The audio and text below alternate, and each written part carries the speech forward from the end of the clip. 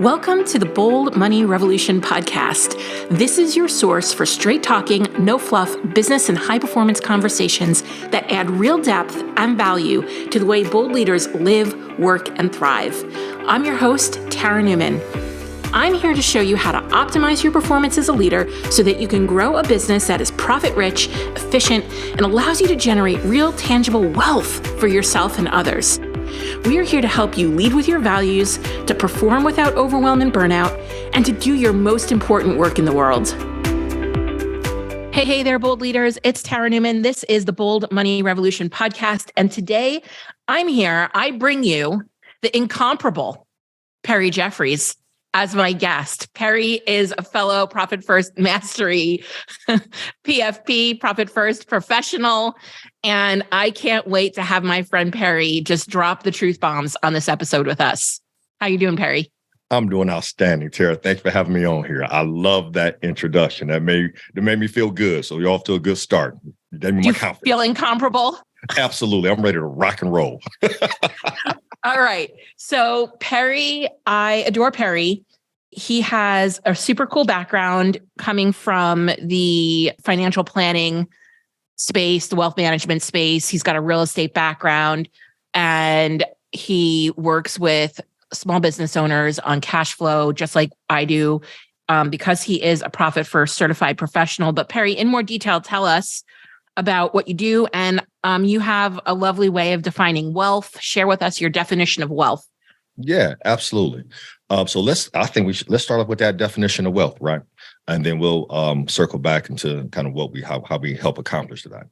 So after 20 years of being in my space in that financial planning, financial advisory space, right, and working with so many different businesses, I realized that very few people could define wealth, yet everybody raised their hand and said, ooh, I want that wealth thing. And then you ask them and say, hey, so what's your definition of wealth and how do you measure it? Silence on the airwaves, right? So it comes down to how can you actually accomplish something, move towards a goal if you can't actually define it, nor can you measure it. So the definition that we landed on was wealth being the accumulation of assets, which can be converted into passive income in order to cover your lifestyle expense. So when we break that down, the accumulation of assets, more times than not, people think because of my financial planning background that when I say accumulation of assets, I'm thinking about stocks and bonds and things of that nature, but not necessarily. So accumulation assets can be, real estate, can be growing your business. It can be acquiring more businesses, could be passive investing like stocks and insurance and things of that nature, but it's truly the accumulation of assets. And then after you accumulate those assets, at some point in time, we want to be able to convert those assets into passive income. So passive income truly being income that is coming into your household that you don't have to work for. So whether that comes from dividends, whether that's coming from, profit from a business that you sold, whatever the case may be, but now having that passive income stream, and lastly, to cover the lifestyle expense. So when we put this definition together, we were looking at not only entrepreneurs, but also non-entrepreneurs, because this definition now is something that they can connect with. And then how we go about measuring that is simply in time. So when I'm doing my presentations and I'm in front of a room and I ask the question, hey, who wants to be wealthy? Raise your hand. Everybody's hands goes up. I ask them how to define wealth. Everybody's hand goes down. You might have a few brave souls who will give you a definition. They give me the definition, then I provide them with mine. From there, I then say, now, how do you measure this wealth thing, right? Because when you're making goals, you got to be able to measure it. That's part of having a SMART goal, right? Well, how do you measure it? And that's when I bring out my watch. I say, hey, you measure it in time. And that's when people look at me really odd, like measuring time. Yeah, if you were to stop doing whatever it is you're doing today, how long could you maintain your quality life? Would that be 20 years, 10 years, 30 days? Usually we have someone who says, Perry, I got about 24 hours. If that direct deposit don't hit tomorrow, it is over. No bills are being paid, right? But now we have a way to define wealth and also a way to measure it. So that's our definition. And then to kind of circle back to what we do as a, financial advisor for the past 20 years, and also being a Profit First professional and having exposure and experience in real estate, what we do is work collectively to help individuals, what we say is close the wealth gap. So we work with, individuals to not only change their strategies, but more importantly, address their mindset around money, because we believe that's the foundation of it. So we do that in a couple different ways. We have some clients where we're their, personal finance coach / consultant, and we have other clients where we function as a fractional CFO, where we're, jumping in and helping them, manage the cash flow in their business and help them make strategic decisions. But collectively, what we're looking to do, we want to close the wealth gap one relationship at a time. And we know that starts with mindset as the foundation, and then we go from there. And we do that either in one-on-one scenarios or in group type sessions. Yeah, you brought up some really good points that I want to dive into and ask you some questions on. I first want to just zoom out for a minute and say building wealth is fundamentally easy in theory. To build wealth, you need to do three things. You need to make money. You need to live below your means. You need to save and invest the rest. 3 steps. 3 steps, people, right? However, what I find is that most business owners fall apart at step 1, make money. And if they don't fall apart at step 1, they fall apart at step 2. It's just, where does the foundation break? But for the most part, we know as profit first professionals that 87% of small business owners are living paycheck to paycheck. If you are living paycheck to paycheck, that foundation, those fundamental principles, make money, live below your means, save and invest the rest, break down. So I think that's a good assessment for people right here, right now, to go, okay, if you're going to give this some coding, I always am good with a red, yellow, green. Red is stop, yellow, pause, green's go. How are you doing making money? Red, yellow, green. How are you doing at living below your means? And this also goes for your business. How are you doing it, keeping your operating expenses where they should be in your business, red, yellow, or green? And then do you have a plan for how much you need to save? Because it's not the same for everyone. And 65% of women, at least, hoard money. So they're saving too much. I'm way more likely to come across people, I don't know about you, Perry, men and women, clients of mine who are like, I have $2 million sitting in a checking account. Right. Or I have $40,000 sitting in a savings account. And it's like, oh, here's the problem. And I know that we're talking, this is math technically, but the mindset here, especially if you're somebody who believes in the universe and all that stuff, money loves purpose. So if the purpose is to it's to hoard up in your bank account because you're afraid to spend it, think about what you're attracting in. So really what Perry and I help you do is give every dollar a job. Speak a language. Leave no dollar unemployed. Leave no dollar unemployed, folks. Leave no dollar unemployed. Absolutely. This is so good, Tara. Couple things I got to jump in here and address, and I love this. 3 things to create wealth. I had a different 3 things, but they fall in alignment with yours. Make money, live below your means, save and invest, right? Simple as that. And when we think about the simplicity behind that, very similar to kind of when we think about even our profit first methodology, from a, kind of to zoom out and look at it, it's really simple. It's an envelope system. But why do people struggle with it so much? So here recently, I did a training inside our community, and I dove into the money story, right? How did you develop your relationship with money? And after 20 years of being in this space, I've had a couple clients cry on me because we were able to, put a strategy together to help them retire or send a kid to college or pay off debt or, just relieve some stress. But I've never had as many people reach out to me and say, Perry, that training touched me so much and brought me to such an emotional state that I actually had to get off the training. That I've never had clients, bring their children in and say, hey, I don't know what you said to my mom, but she's never called a family financial meeting. And when we dove into that piece with that money story was, how did you develop your relationship with money? And really it comes down to I call it your financial intelligence DNA. Mhm. What you learn from your parents and their parents, you inherit that, the good, the bad, and the ugly, right? And if they had a certain way of managing money, you either adopted that or you went a different direction because you didn't like what you saw. But that DNA that you inherit determines your money story, and also to those first, exposures to dollars.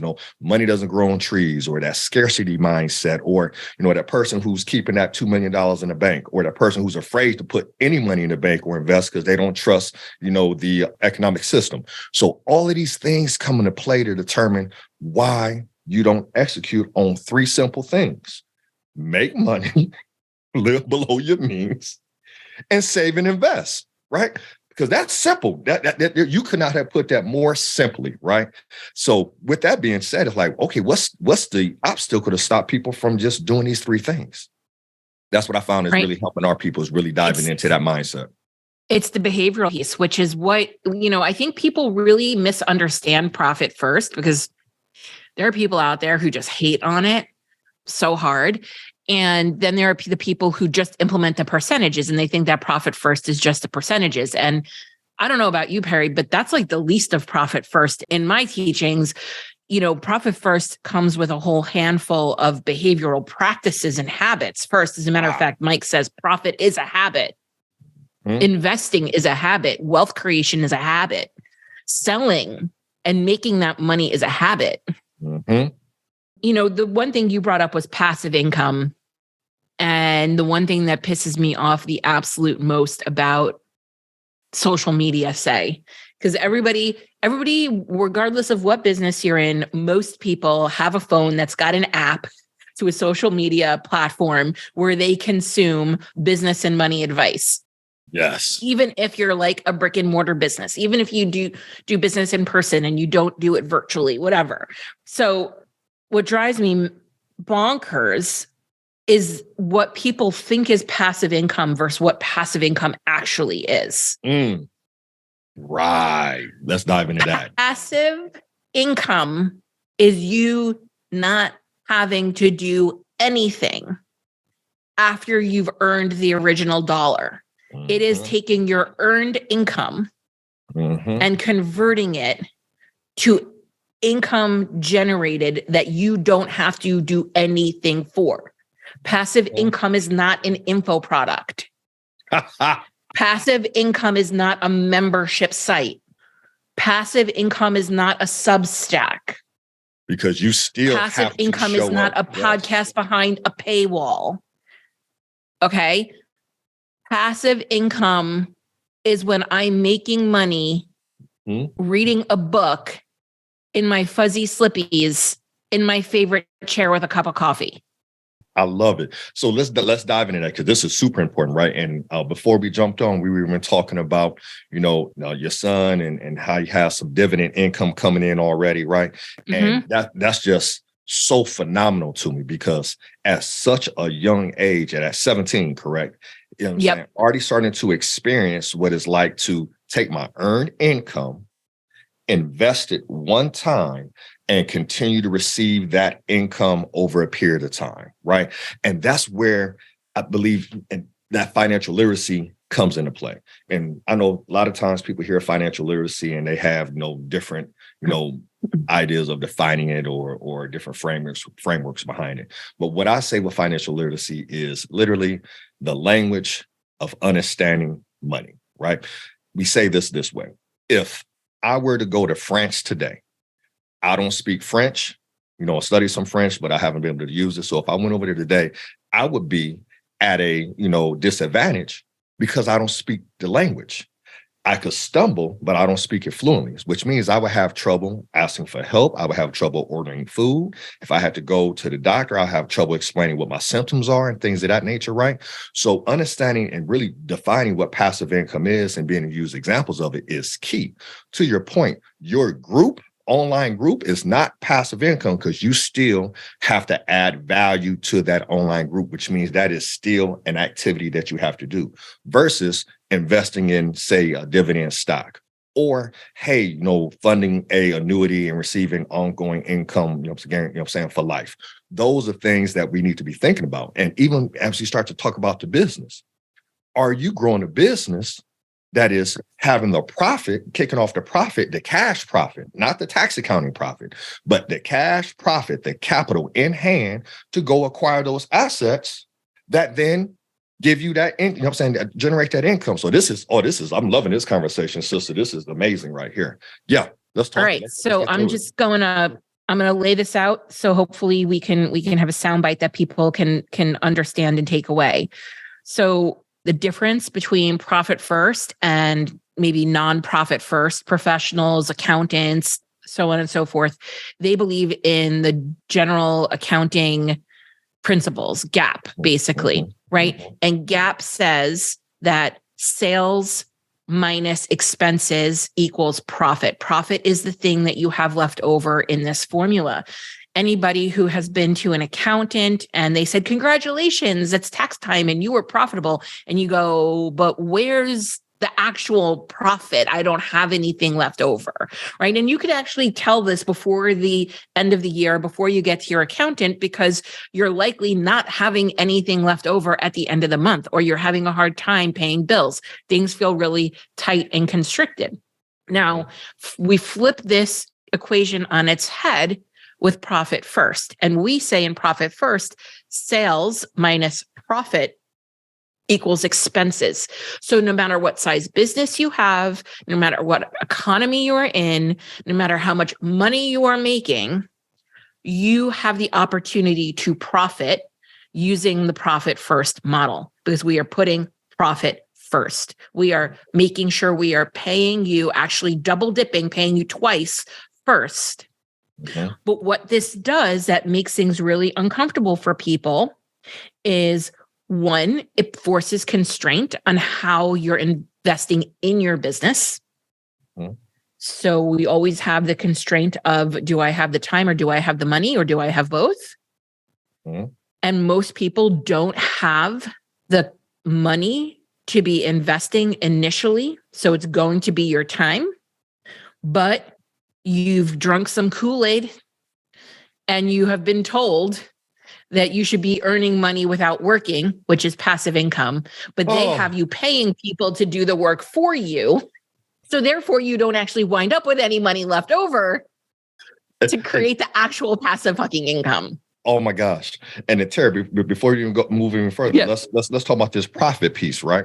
So how many times are we having a conversation with folks like, hey, profit, your income is not the profit and your profit is not the income? Because going back to this piece, right, a lot of people are like, oh, well, I'm profitable. Well, your tax accounts, your P&L said you're profitable, but where's that cash? You're saying that you have your $100,000 profit. Where's that cash? We don't see that anywhere. And also, too, your profit. A lot of people think, oh, I live off of the profits. No, you're living off of your owner's compensation, which you're taking out for your benefit. That's not the profit. The profit is not of that, right? So that's another thing that I even had to get my head wrapped around when I came on board with Profit First years ago. It was like, owner's compensation and profit are not the same thing. A lot of folks believe that's the exact same thing. Thoughts right. Well, sometimes it depends. So it depends. Mm-hmm. It depends. So gross profit, net profit. It depends on which one you're talking about, right? So a lot of times business owners say, like you'll hear, especially online business owners, they'll say, I've got 70% profit. No, that's gross profit. They still need to pay themselves. And that's great that they have that. But they still need to pay themselves out of that amount. We are talking about, when we talk about profit first and having a profit account, we're talking about net profit. That is what is left over after you have paid your expenses, after you've paid your taxes, after you've paid yourself. That is the icing on the cake, the cherry on top. That's why I say we're double dipping. We are taking profit ahead of time and we are paying ourselves. Yes. So we're paying ourselves first twice. Yes. Love it. So most businesses who work with a profit first professional should be able to keep 30 to 50% of their revenue depending on the size. Believe it or not, the bigger you are, the less money you get to keep. Right. And that's a math equation for a different day, but that always messes people up in their heads. I don't know if you've ever done that, where you've done the percentages and showed them that $1 million business, they're making the same as if it was like maybe like a $300,000, $400,000 business. Well, and they're like, what? And absolutely. Absolutely. Yeah. So really, Profit First helps you find that sweet spot. But the other thing I want to talk about, because you were talking about accumulating assets. Mm-hmm. And I want to touch on one thing that I learned recently in a course that I was taking. I'm taking some courses if I want to get certified as a CFP, a certified financial planner. Mm-hmm. And so I'm taking these courses. And what I learned, which was really helpful to me that I want to share for everybody, was that there's a life cycle around asset accumulation. And so, when you're really early in life and you're just starting out, and maybe you're in your 20s and maybe you're in your 30s, even where you're having a family, maybe you've bought a house, you don't have a lot left over. Mm-hmm. If you bought a house, you're accumulating that asset, you're paying for it, you have kids, you have daycare, you have, if this is your lifestyle, which is a lot of people's lifestyles, right?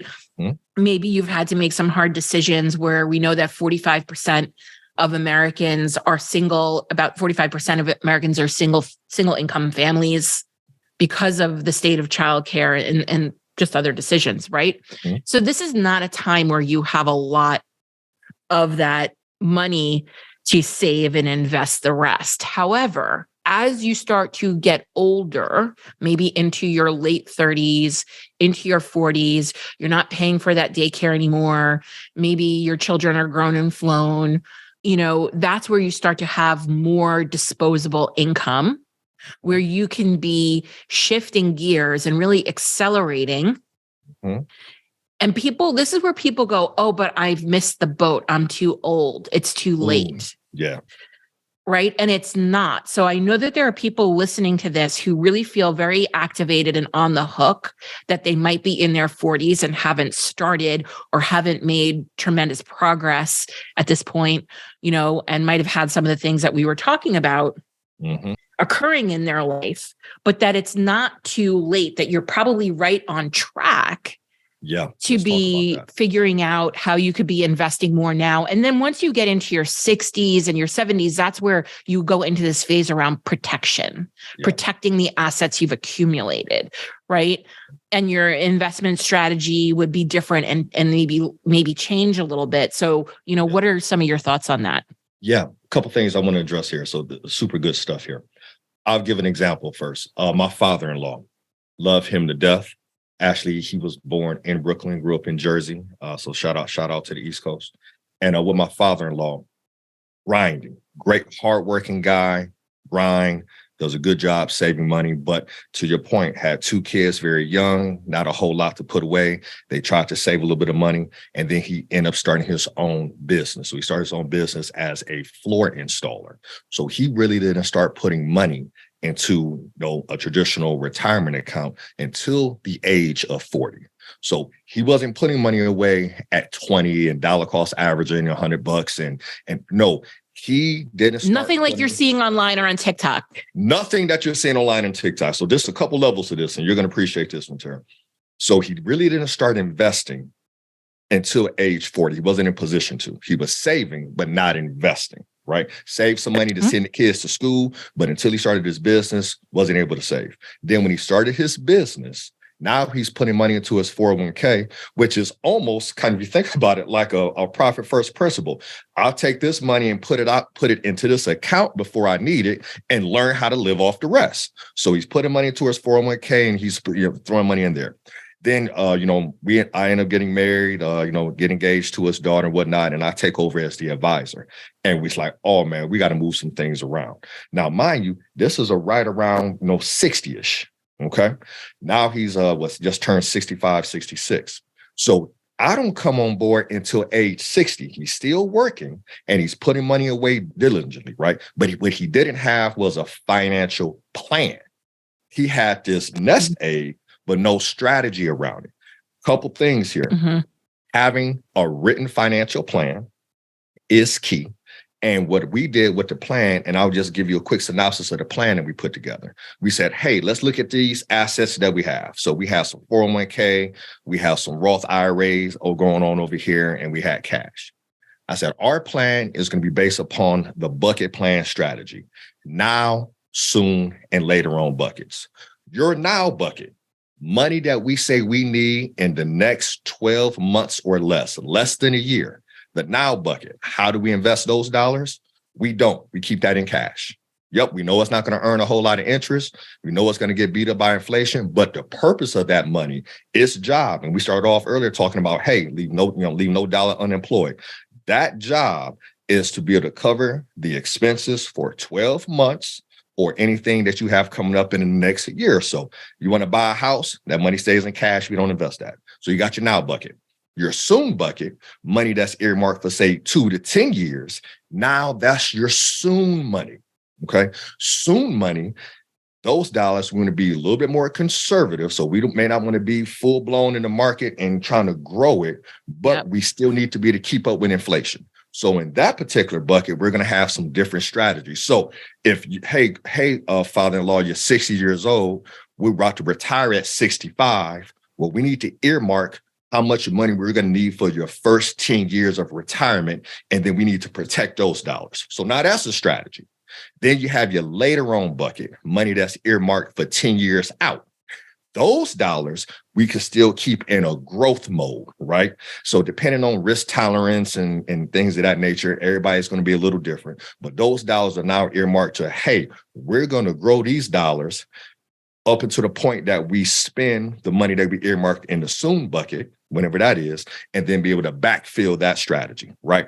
So now you have a now, soon, and later on bucket.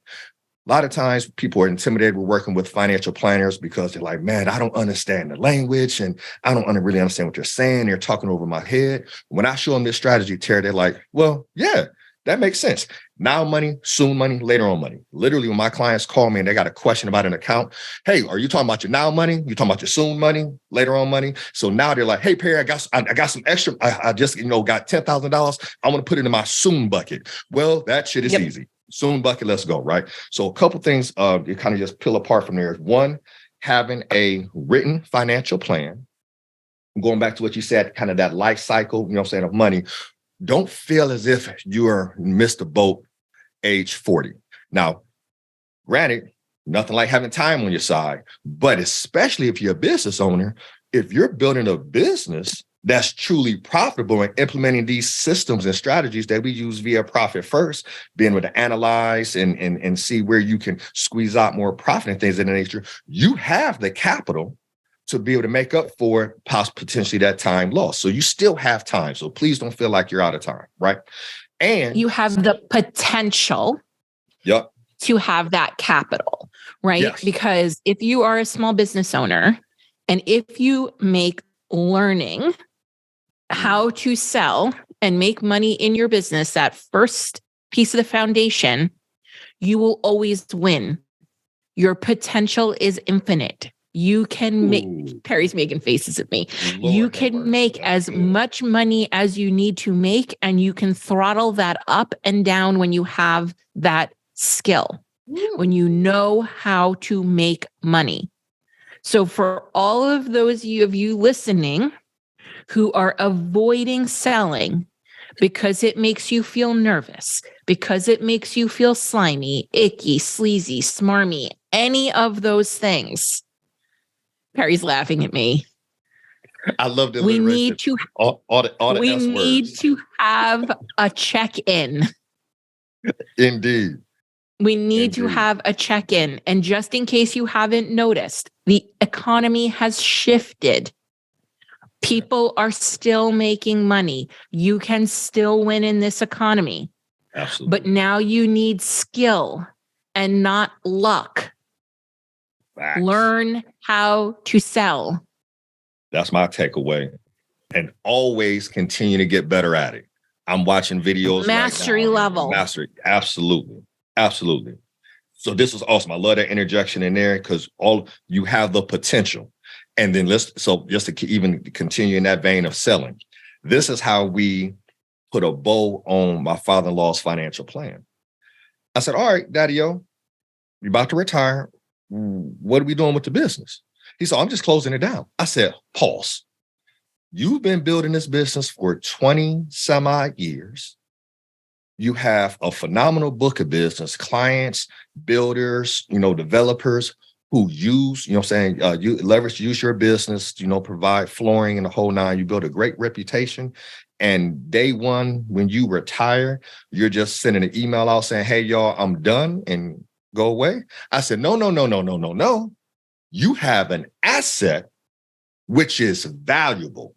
Who can we bring on from a succession standpoint that we can? So long story short, Tara, we end up selling the business. And had I had more time to kind of get into the systems and things of that nature, probably would have sold it for multiple six figures, but we sold it for, a dollar amount, which again, added to the capital that we could use to, acquire income generating assets to cover the lifestyle expense. So he ended up getting that money and wasn't even planning on those dollars. So literally those dollars set us up where we didn't have to touch our retirement dollars or the nest egg for a couple years because now we have that nest egg, right? So again, it all ties together, creating that profitable business. Mm-hmm. Yep. I'm going to put in a caveat here, just because there are people who are listening who are like, I'm going to sell my business. Oh my God. And they're going to count on that as the main asset. A lot of people are. Go ahead. I can't wait to hear it. Let's jump into it. Right? Because I work with a lot of business owners who sell their businesses. One, they always think they're worth more than they are. Facts. Two, they have put all their eggs in the selling of the business basket and haven't made other investments. So I just want to put a caveat here for my listeners and say that if you are a service-based business and you are selling your intellectual property, there is a likelihood that you are not selling your business. And I want to be clear about this. So I have no intentions of selling my business, even though my IP is well documented.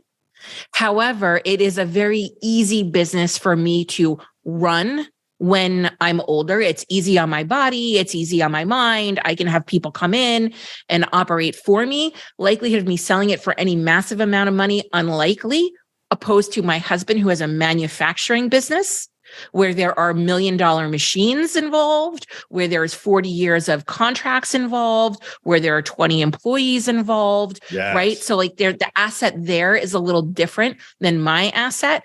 However, and this is where people, especially if they're taking their information in online, get super screwed up. You want to build your business to profit now, not later, thinking you're going to sell it. Okay. You get to decide right now. Are you going for revenue's sake because you think revenue is going to be really attractive to somebody maybe buying your business 10 years down the line? I don't know. Maybe, maybe not. And in doing that, are you shooting yourself in the foot from profiting a lot now and using those profits to create passive income for you now? That's it. Okay, Perry, you go because I cut you off. But I just want to be clear for people because they're going to take a piece of information and then they're going to run and I'm going to be like, nah. No, I love that. So let's dive into that a little bit. So I'm going to ask pose a question to you on this one, Terry, because this is a great conversation. With respects to said business owner who's concerned, who believes, you know what, my business is my retirement plan and I don't need to invest in, other assets and things of that nature. What is the conversation you're having with them? Because I love what you have right here. We need to be profiting now. I'm taking my notes, right? What's the conversation we having with this business owner who just believes like, man, my retirement is my business? What are we saying to them? What are you saying to them at that point? Because I'm using this as well. This is good stuff. Yeah. So a lot of times, first of all, when I work locally with people, I think my listeners pretty much know this, but like I have different segments of my business. So I have the segment that is an online education program, and that's for micro business owners looking to make 250, 500,000, implement profit first, get paid like the expert they are, pay themselves six figures is like the goal there. But then I have larger businesses over the $1 million range that I work with primarily local, and they're more traditional businesses. They're accountancies, manufacturing businesses, construction businesses, not like the businesses that you would see virtually, and CrossFit gyms, things like that. Yeah. And because of my background, I get involved in a lot of generational businesses where the business is being handed off generation to generation. Yeah. And so what I see is that first generation, so these are, just to provide some clarity, this is like the baby boomer generation handing things off to like Gen X right now is really where things are moving and transitioning in terms of business. And it's these boomers who, through no fault of their own, to be quite honest, because Social Security and this concept of retirement is new. We're only maybe 1.5 generations or 2 generations into this concept of 401k to Social Security. And I just want to also say that age 65 is a government program, not a retirement age. Like you can retire at whatever age you want. Say that. The government has told you it's 65. Say that. Yes, ma'am. So it's these baby boomers who, again, no fault of their own, didn't really have any concept or understanding of retirement, but we can learn from them. Who thought that their businesses were going to be the asset for them to retire. And they value that asset much greater than what it is actually worth on paper. Because it's their baby. And it's their baby. It's their baby. And so it's very hard for those folks to come off of that perspective because they see themselves as the expert, which they are. They're the expert at what they do. They see themselves as the elder statesman, which is true. They certainly have been around, a while in the business space, but that doesn't mean they're right. And so it gets very hard to move them off of that number. And you always have the choice to walk away. The other thing that I'm seeing right now is most businesses in 2020 had a real blip of a revenue year, really high revenue in 2020, even maybe 2021. There was a lot of, cheap money around and things like that. And people wanting to value their businesses based on just that 2020 or 2021. It's like you thinking you're some rock star business owner genius because you did well in those 2 years. No, that was luck. That was an accident. Right. And if you're not doing as well now, that's not your fault. It's nothing that you've done wrong. It's just the cycle of the economy. So those are 2 challenges that we're having there. But what's happening is I'm the one who's coaching their Gen X child, niece, nephew, whatever. Yep. So I'm coaching those folks through buying this business. And a lot of the times my advice is start your own. Really?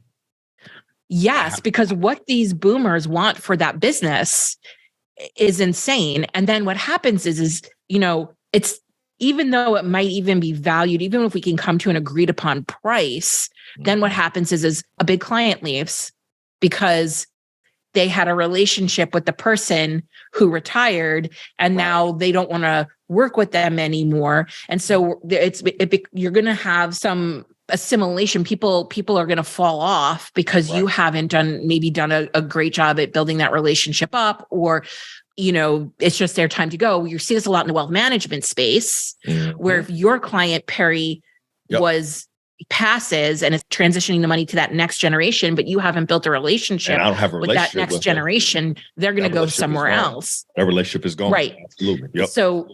So even like you can see that becomes kind of a risk. So I'm always like, you know what? I think it's easier to just go and build your own thing sometimes.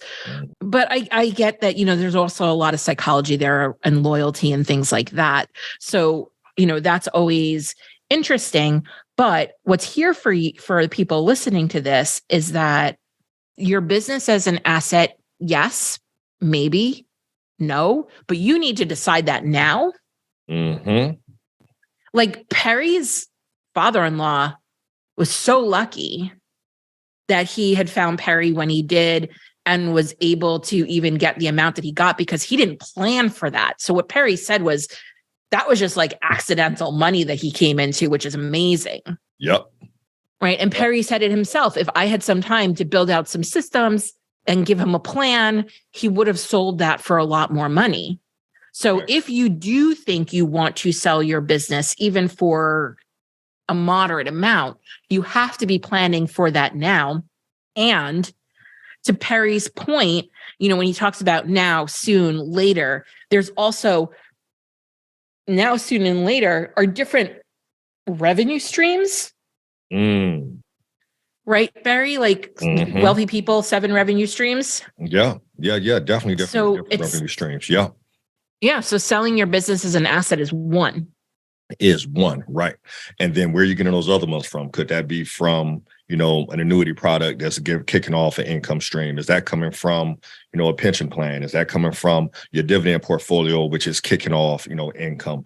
All of those different things for sure. Absolutely. Yep. Yeah. So again, when we kind of break down those now, soon, and later on buckets, that's now where the true planning and the strategy comes from, because now we've simplified it. Now, soon, later, right? Now we can lift up the hood and really get in and dig in and be like, okay. And then, everything isn't for everybody. Tell folks all the time, like, oh man, I need to go, I need to go buy real estate. Well, why do you need to go buy real estate? I love real estate. But why do you feel like you need to go? It's not for everybody. So you also have to, go into things that you're going to. And it's not passive. And it's not passive for sure, right? That's everybody thinks like, oh, it's passive. No. No, it's not passive. It's passive until you got to replace a water heater or your tenant leaves, or you need to maintain the property, or whatever. For sure. Yeah. So all of this ties together. So I love what you're talking about right there around the asset accumulation, the having the profits with the business. And literally, like I said, I just did a training in my group the other day talking on this and saying, hey, for entrepreneurship to create generational wealth, one, the business has to be profitable. Tara, you said, man, we need profit now. I love that. That's in my notes. Now, also, too, asset accumulation. Now, what are you doing with those profits now to build up this asset base so that you do have this financial freedom? The financial literacy that even goes along with it, right? We were talking about this earlier before we jumped on. Yeah, let's dive into this. When you're a business owner, if you're going to stay in this game, you have to learn this language. You have to learn, marketing and management and financial management and budgeting. And a lot of times people kind of neglect this leadership.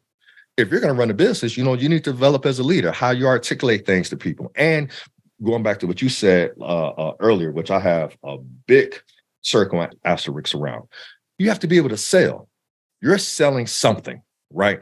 Either you're selling a position and you're trying to hire somebody, you're selling a product, you're selling a vision to your team so they can, lock arms with you and move forward. You got to be able to sell, and sell is a form of influence. And John Maxwell kind of says the best that, everything rises and falls with leadership. So that's what leadership is influence, right? So these are all skills that you have to develop if you're going to win in this entrepreneurship game.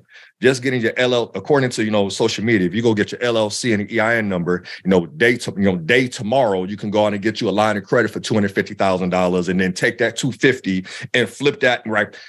Here's the deal, y'all. If you're going to succeed in this space, you are going to have to get good at learning how to do these things. Not saying you got to be a master of them, because in my business, we have a team of about 6 of us now. I don't do everything, but I do know how to do everything. I just, outsource that and let somebody else do it. So it frees up my time to do some things.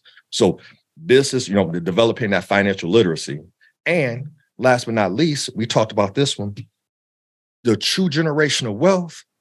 It ain't me taking my cell phone and all my business assets and giving it to my kids and be like, hey, here's some generational wealth. Congratulations, you made it. Generational wealth is that knowledge. And I love a book that I reference all the time. It's called you'll love this book. It's called The Jewish Phenomenon, 7 Keys to Enduring Wealth of a People. I reference this book all the time because it spoke to me when it said that wealth is transportable. What's it called? It's called The Jewish Phenomenon, 7 Keys to Enduring Wealth of a People.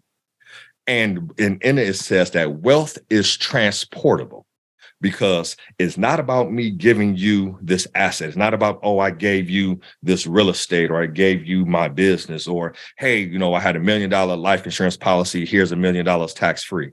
Wealth is truly teaching this next generation True. I think I'm gonna go back to what you said earlier, Terry, because I love simplicity.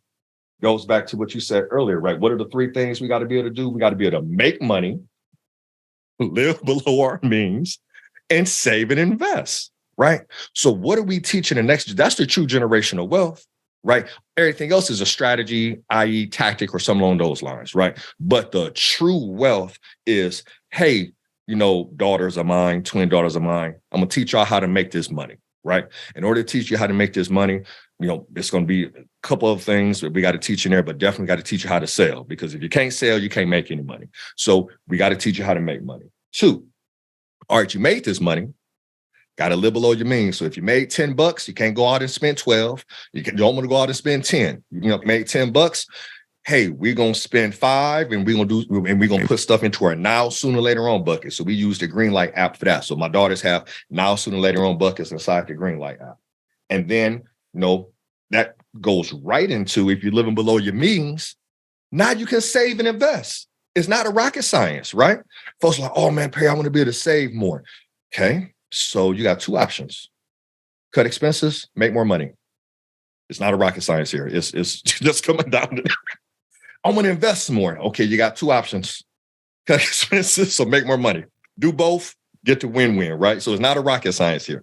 So literally, that's what wealth, true generational wealth is. At least that's how we articulate it to our folks is, hey, it's what you're sharing with the next generation.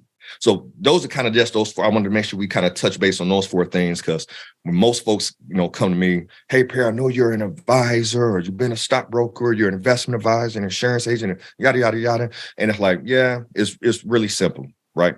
And I'm going to start, I'm adopting yours here effectively immediately. Make more money, make money, live below your means, save and invest. That's it. Yep. Everything else we just plug in. I think that I work with a lot of exceptionally wealthy people. I'm pretty sure you do too, because of the nature of your work. Mm-hmm. And I think people have this misconception around wealthy people.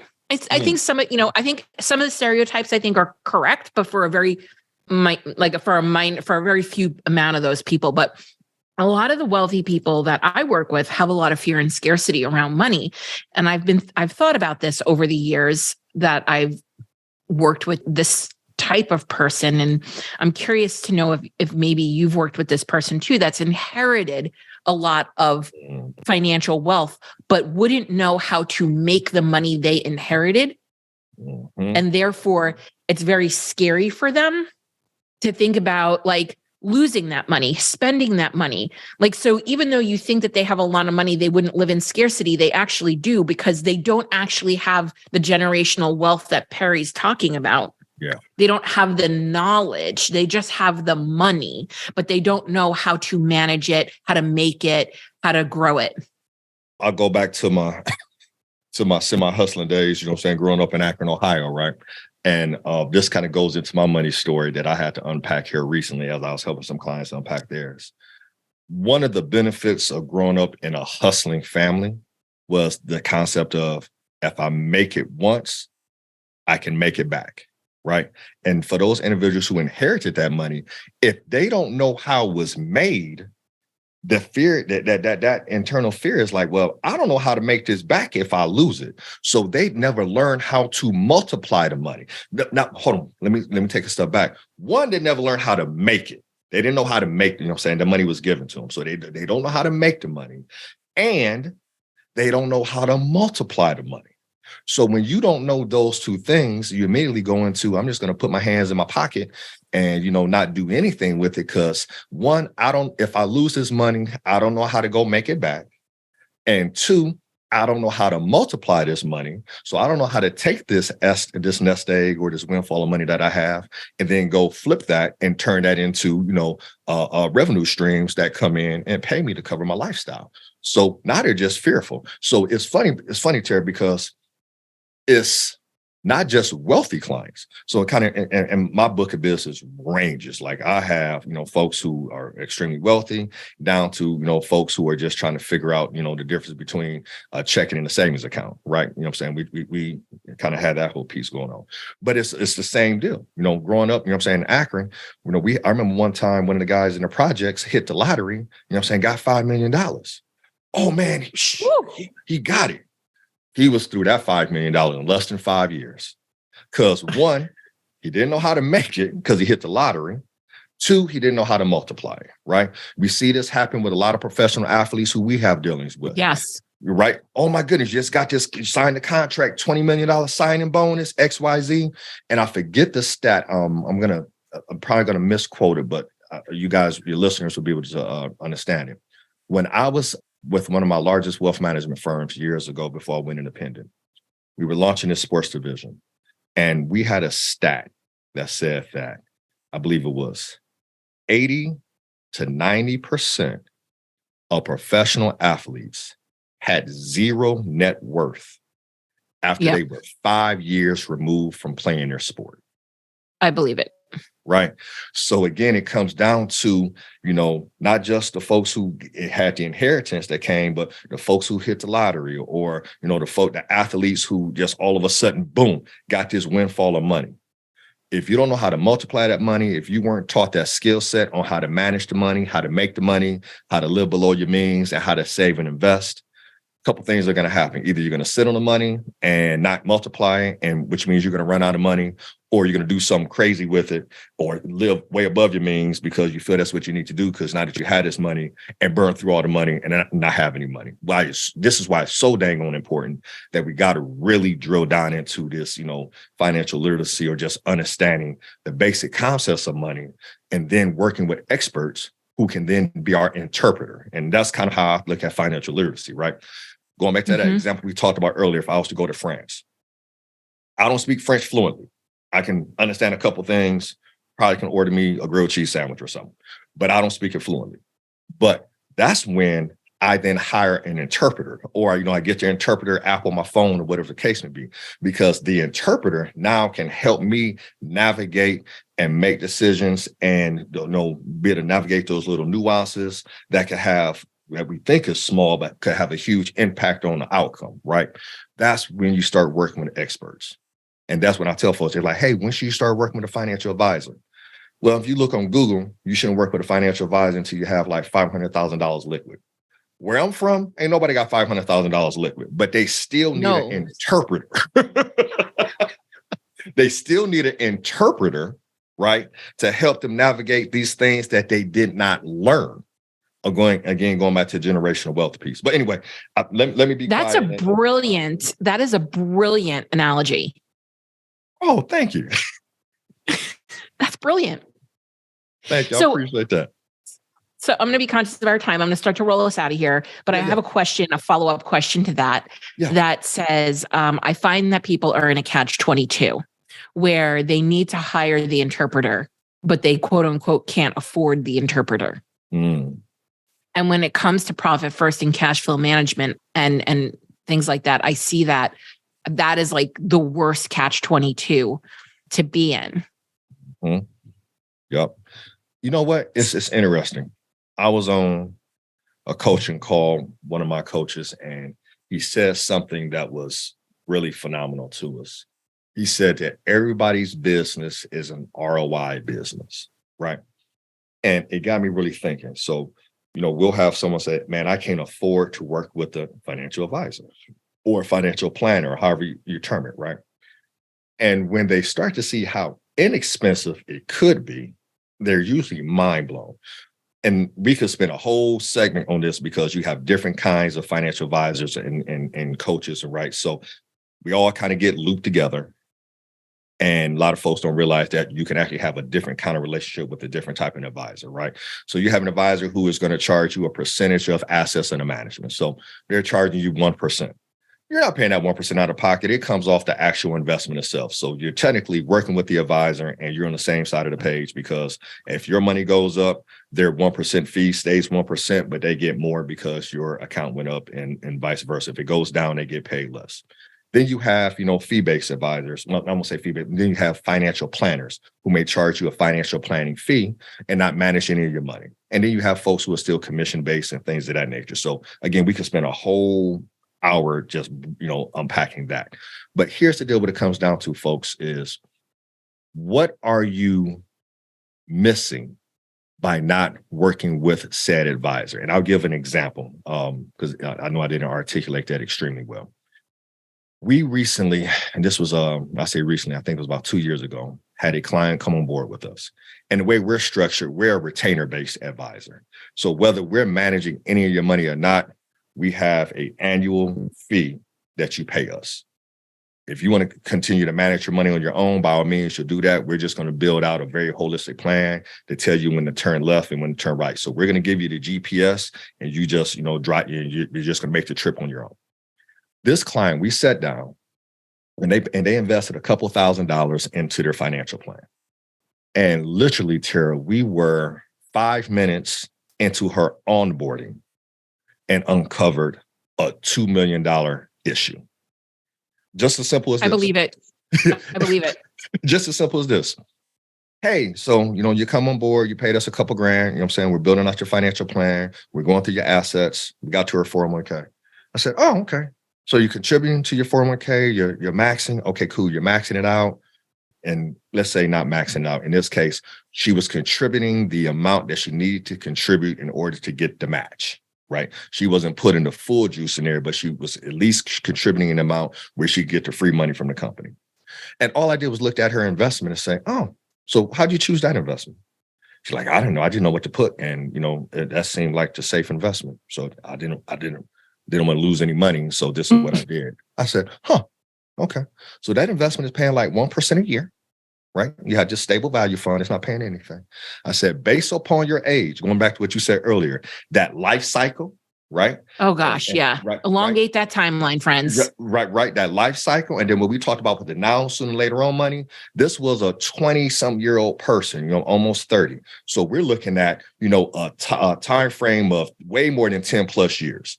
And you're making 1%. All we did was say, well, hey, let's look at some other options aside your 401k. This particular one right here has a 15-year average of 7%. Now, that's what it's done over the past 15 years. That's been the average. There's been some ups and downs, has some negative years and some positive years. We don't know what this looks like moving forward, right? There's no guarantee that's going to do this. But if it continues to have this average, we went from having like 200,000 at retirement age, for her, and we was looking at 59 and a half at the time, just where she could get the money out the 401k, to having like 2.5 million. And she's like, oh my God, Perry. And we were 5 minutes into the conversation. Again, it's having that interpreter, right? That was a small tweak. That was a 5-minute get online and change where your allocation is, right? She was like, Perry, you know what? If I don't talk to you another day in my life, it was worth the investment, because, she paid $2,000 to have the potential. And again, we can't guarantee it because we don't know what the market's going to do and what that fund's going to do. But mathematically, this is what it's done here. We project that out. Potential to make upwards of $2 million. She's like, if I don't ever talk to you again, that $2,000 was well worth it. We ran kind of the ROI on it. It was some crazy number, 40,000% or something crazy. But it's like, she's like, oh my God. That's when people say, hey, I can't afford to work with an advisor. A lot of times you can't afford not to work with one. I'm sure you've done the same thing, even from a profit first standpoint. Yes. Like, hey, did you know you're missing out some tax advantages because you're doing this? Yeah. So what's interesting about this conversation is, and I probably haven't ever talked about this before publicly or on the podcast or anything like that, is that I think when you're people like you and I, we know what people can typically get in return for their investment with our work. And because we work with people on money, on cash flow, on keeping more of their money, we look at this with a different level of scrutiny. Some people say that this is a mindset issue for me. Like when I price my programs, but I price my programs based on the return, the average return on investment. I know I can get someone in the time period that they're working with me. I can't guarantee that they're going to do the work, but if they did, this is what they would be able to get working with me. I've had people easily 10x their investment working with me over the course of a year. And that is why my programs are priced that way. They're also priced that way based on, I know what your cash flow should be doing. And if your cash flow is doing what it should be doing, you should be able to pay for this program. I also know that sometimes you need to take a leap. And I know that if you take a leap, listen to me and do what you're told, do what you're dang told, you Listen will to me. Do what I tell you. And I'm very honest with people about what those returns on investments should be. So the program that I have, the Bold Profit Academy, it's $9,000 for the year. It's $750 a month. There are people that are charging $30,000 for the same program. You and I have had this conversation. I would never charge $30,000 for this program because it's not financially viable and appropriate in terms of an ROI. Now, people in some spaces would look at me and go, oh, well, Tara, that's a mindset issue. Why are you making assumptions about what people can afford? Because that's my fucking job.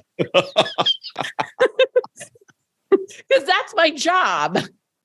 Because I'm here to see you keep more of your money, right? And that is very logical. And people don't buy logically, they buy emotionally. So I would probably actually be more successful selling this program for $30,000 a year and blowing heaps amounts of smoke and emotional nonsense up your ass than just being honest and being logical. Yep, absolutely. Oh, I love that. That's it right there. The value of, you said sometimes just taking the leap. And to your point, that's where building that relationship with folks is so important, and having these conversations and listening to podcasts like this, jumping on, listening to our podcast. Because again, mindset, exposure, mindset, environment, all of that comes into play. I was just having a conversation with my buddy at the gym because he asked the question of what if I was going to transfer my kids out of the current school district that they're in. So we moved into one of the best school districts in the country. And we're paying for it via the property taxes. So they're going to a public school, but the school is pretty much a private school because, of the community that we live in. But they don't have a strong basketball program. And my daughters are gifted, highly gifted in basketball. So the question is hey, are you going to leave them in that school district? And what I explained to him, I said, hey, man, you're not understanding the full playbook here, right? And I'm not playing checkers. I'm playing chess. I know my daughters will probably go excel and go to one of these other schools that's a quote unquote basketball dynasty. But that quote unquote other school that's a basketball dynasty don't have access to what we have over here. Every day, they're surrounded by kids whose parents are multimillionaires. That's the standard. That's what they're exposed to. So they're learning some things that I didn't have exposure to growing up, right? My parents, we weren't talking about, hey, let's go sit down with our financial advisor and see, what the playbook is for this quarter, or, hey, we need to invest. I didn't learn that. I just learned, hey, you need to hustle, right? My dad was teaching multiple streams of income before it was called multiple streams of income. It was called, have to make ends meet. It was called have an A plan, a B plan, a C, and a D. Like literally, you know what I'm saying? I could go like the way he worked me as a kid growing up, you know what I'm saying? Probably could have called children's services on him, but it taught me anyway, long story short, before I digress. But what I explained to my guy at the gym is I'm playing checkers here. They're in an environment where I didn't know things were even available, or we could even do certain things.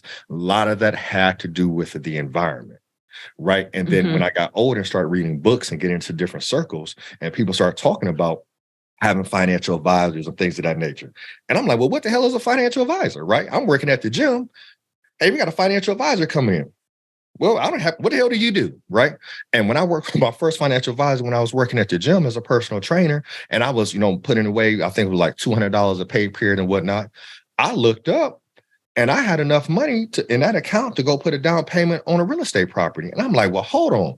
I need to learn what you're doing. And that's when I kind of dove into books and start asking all of these questions. And next thing I know, Tara, literally, I'm at the gym, walking around in my sweats, giving out financial advice. And then so I would come to the gym in my sweats. I would leave in a suit and go do presentations. And that's how I got into the industry. I ended up calling one of my buddies of mine who was over at American Express at the time as a financial advisor. And I was like, hey, man, I'm going to get into the industry. I'm already giving financial advice because people are already asking me about real estate and how I was investing my money and things of that nature. So to kind of tie it all together here, when people say, I can't afford a financial advisor, where's that coming from? Because somebody had to have said that to you. If you've never worked with one, you don't know how much one costs, because you can find an advisor who fits, your budget. Find somebody who works for you. If you're new to this, maybe find a younger financial advisor or whatever the case may be. But, there's different ways to work with financial advisors. And when people find out, back when I was just doing assets under management, they're like, oh, it's only 1% a year to work with you. Yeah, you tip more than that at Smith & Whiskey's on that tomahawk steak that you just bought, right? You know what I'm saying? So when they like, oh my gosh, I thought it was super expensive, right? And again, everybody's business model is different. Every advisor is different. And very similar to you and I, we have different programs. We have our, hey, I'm working with you in this one-on-one program, but also too, these businesses who are looking to, just get to 250, 500, pay themselves 6 figures. We got a program for you. So that's where you got to ask questions, y'all. There are resources out there to help you win, and people like Tara and I, and just good-hearted people who genuinely want to see you win. But you got to start asking these questions if you don't know, and don't assume that you can't afford something. Because to Tara's point, if you can on average 10x somebody's investments, who wouldn't want a 10x investment? So you're saying, hey, I give you $100 and in return, you shoot me back 1,000. I'm taking that all day, because even if you come up short on 10x, I'm as happy with a 2x. So anyway, that's my soapbox as we get ready to close things out. But I want to just interject that. Okay. So we're in a weird economic time. I think people are a little too engaged in what the headlines are saying and not reading enough of the actual articles and things like that. I actually think we're okay in the economy. I actually think that this is just the new normal. I was having a conversation with a friend who's like, yeah, we're just going back to like the way things have always been prior to this 10 years of ridiculous prosperity. Right? Like, this is how things have always really been. This is what was normal before we manipulated things really, the way we did. Yeah. So with that in mind, and, I said before, with profit first, you can win in any economy with any size business anyway. So with that in mind, like, what do you want to end with and have people take away from this conversation? Wow. What I want them to end with, and going back to what you said earlier, finance can be overwhelming, confusing, just downright frustrating if you don't know the language. But experts will be able to break this down in such a way that you can understand it. You're an interpreter. And going back to what you said earlier around wealth, is not the method to creating wealth is simple. Make money, live below your means, save and invest. Take that away, y'all. Don't overcomplicate this thing, right? But I just heard somebody quote this earlier, and it really kind of stuck with me. It was, simplicity scales, complexity fails, right? I read that someplace. I don't know if Ryan has said that, but I kind of saw a couple of different versions of it. Simplify your finances, right? Don't get caught up into the social media whirlwind of all of this shit about, oh, you got to go out and create this trust and then this S Corp, and then it needs to be owned by this, and then turn around and get an insurance policy. And then what you do, just get an LLC today and get a $250,000 line of credit, and then go buy somebody else's Airbnb. Like, y'all, let's keep this thing really simple.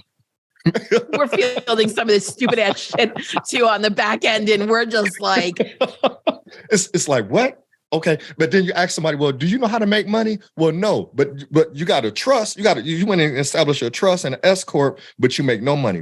So the takeaway, y'all, simplicity. If you can't explain your financial strategy to a intelligent 10, 11, or 12-year-old, then you don't really understand your financial strategy. If your person that you're working with, your coach, consultant, advisor, cannot explain to you how to navigate this market in terms that you can then, have your 10, 12, 11-year-old, understand, then it's too complicated. Simplicity, y'all. Simplicity is how you create wealth. Right? Nobody created wealth with just a whole bunch of complexity. That's what you think, but ultimately it really comes down to make money, live below your means, save and invest. Everything else is just going to be strategy and tactics. So that's what I tell the listeners is simplify, simplify, simplify.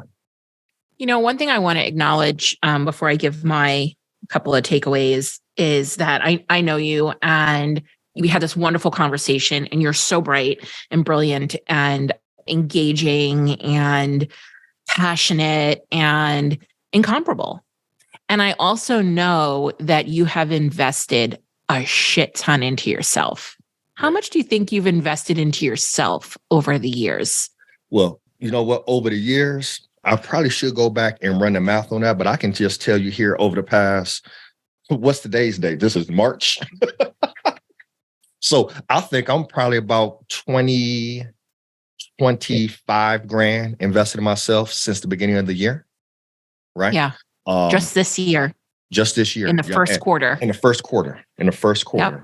And it was about to cut another $10,000 check, but my team was like, hey, Perry, just hold on 1 second. I was like, okay, I'll hold on for a second. But yeah, and investing in yourself is huge. And I didn't realize this until I had hired my first coach years ago. And when he was able to help me, it was actually 5.7x my business in 90 days.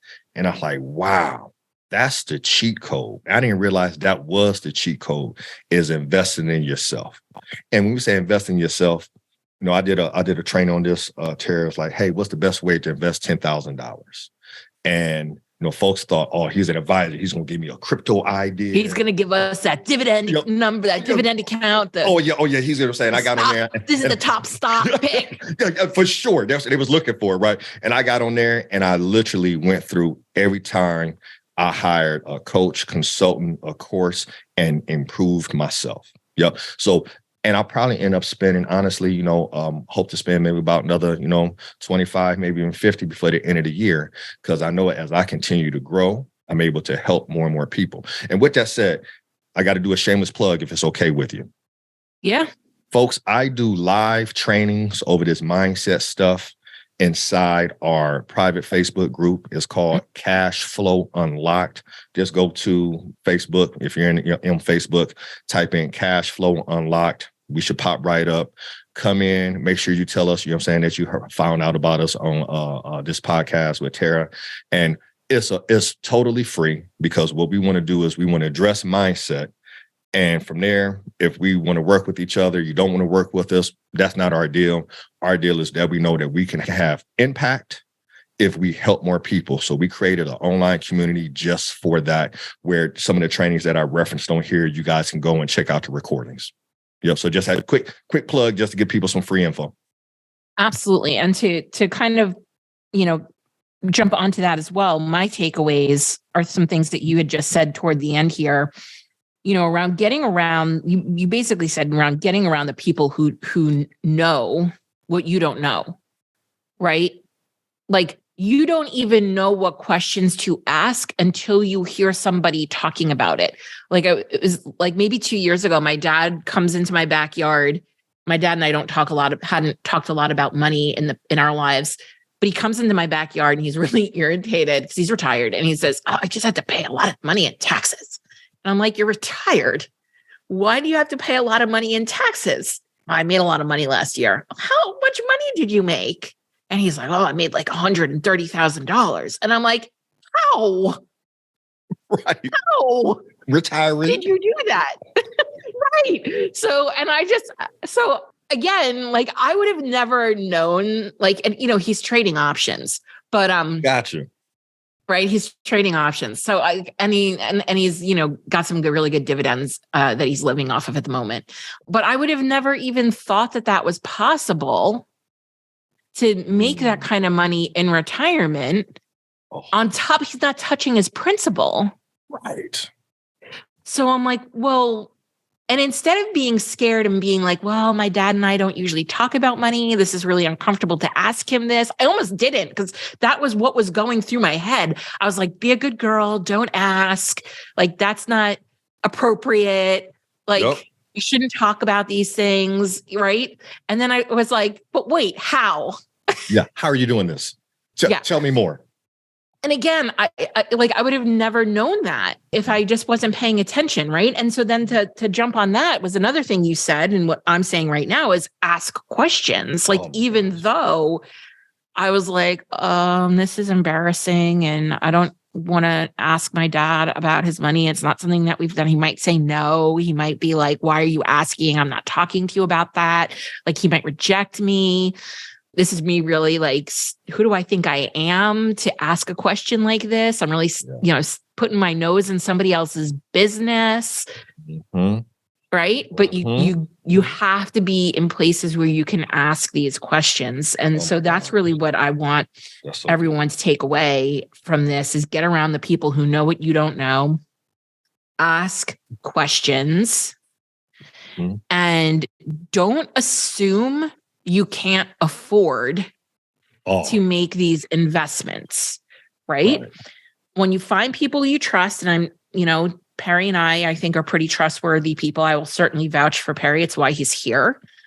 Get around people who you can trust and ask these questions. But, thank you, Perry, for your time and for coming and having this awesome conversation. I always love jamming with you, and I'm going to have you back on the podcast. Oh, yeah, absolutely. And thank you so much for having me. We're going to have to invite you on ours as well. And just keep doing what you're doing, having these candid conversations.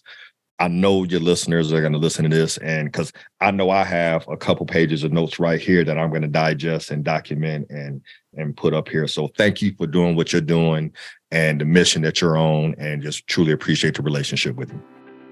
Awesome. Thanks so much, Perry. All right. Peace. If you've found this podcast valuable, help us develop more bold leaders in the world by sharing this episode with your friends, colleagues, and other bold leaders. Also, if you haven't done so already, please leave a review. I consider reviews like podcast currency, and it's the one thing you can do to help us out here at the Bold Leadership Revolution HQ. We would be so grateful for it. Special thanks goes to Stacey Harris from Uncommonly More, who is the producer and editor of this podcast. Go check them out for all your digital marketing and content creation needs. Be sure to tune into the next episode to help you embrace your ambition and leave the grind behind.